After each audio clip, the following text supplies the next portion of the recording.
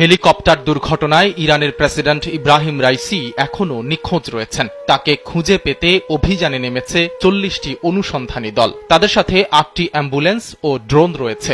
19 মে কাতার ভিত্তিক সংবাদ মাধ্যম আল জাজিরার এক প্রতিবেদনে এই তথ্য জানানো হয়েছে।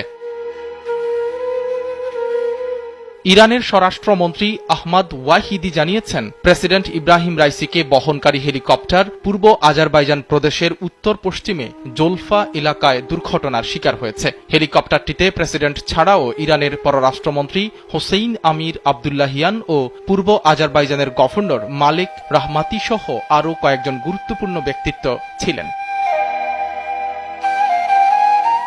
সীমান্ত এলাকায় আজারবাইজানের প্রেসিডেন্টের সঙ্গে যৌথভাবে একটি বাঁধ উদ্বোধনের পর তারা শহরে ফিরছিলেন, কিন্তু হেলিকপ্টারটি গন্তব্যে পৌঁছার আগেই অবতরণে বাধ্য হয়েছে। বিরূপ আবহাওয়ার কারণে সেখানে এখনও উদ্ধারকর্মীরা পৌঁছাতে পারেনি। তবে প্রেসিডেন্টের হেলিকপ্টার বহরে 3টি হেলিকপ্টার ছিল।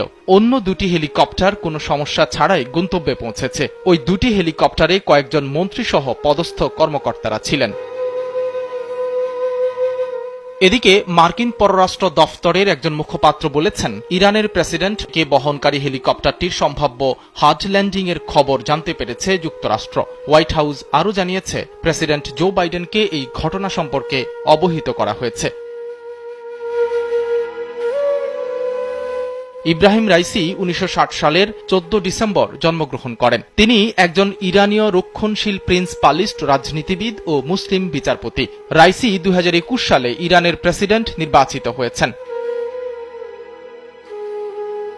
সাইদ রহমান, কালবেলা ডেস্ক।